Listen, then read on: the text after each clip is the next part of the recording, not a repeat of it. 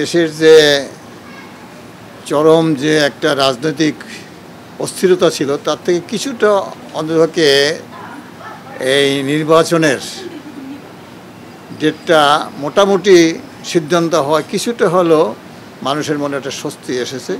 কিন্তু অর্থনৈতিক অবস্থার সাথে তো সব কিছুই জড়িত। আসলে আর্থিক অবস্থা খুব একটা ভালো না, সব ব্যবসায়ী মন্দা, তার মধ্যে স্বর্ণের ব্যবসা তো আরও বেশি মন্দা, যেহেতু এটার দামটা খুব বেশি আপস অ্যান্ড ডাউনস, অনেক উঠানামা করতেছে।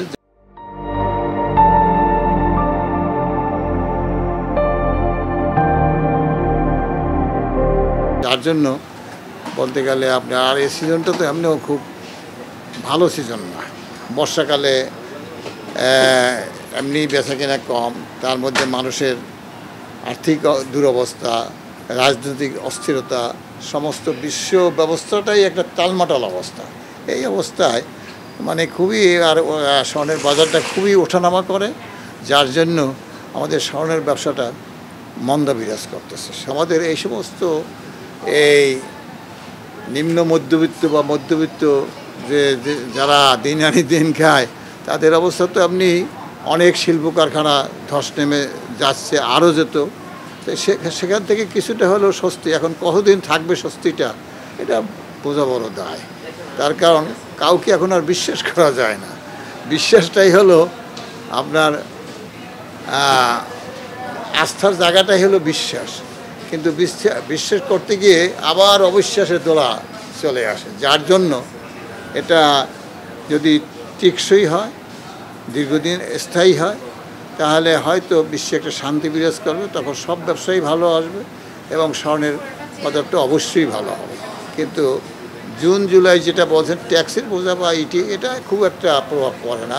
আসলে সিজনটাই বিয়ে শাদী বিভিন্ন সামাজিক অনুষ্ঠান এই জুন জুলাই আগস্ট কম থাকে আমাদের দেশে, বাংলাদেশে বিশেষ করে।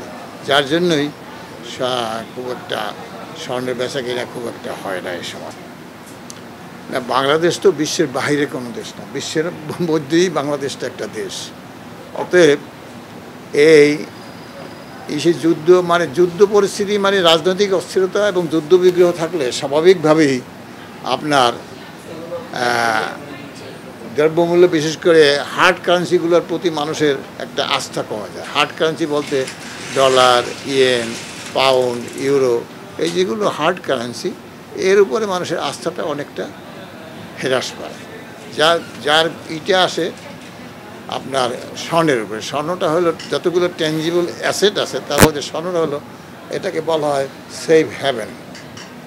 হ্যাঁ, সত্যিকার অর্থে স্বর্ণটা সেফ হ্যাভেন। এবং এটা আপনি কেনাও যেমন মানে আপনি এর থেকে বাজুসের যে অন্তর্ভুক্ত যে দোকানগুলো আছে সেখান থেকে কিনলে আপনি নিশ্চিন্তে করতে পারেন। হলমার্ক করা গোল্ডগুলো এটা নিশ্চিন্তে আপনি কিনে নিলে আপনি এটা পুঁজি বাড়বে, কমবে না।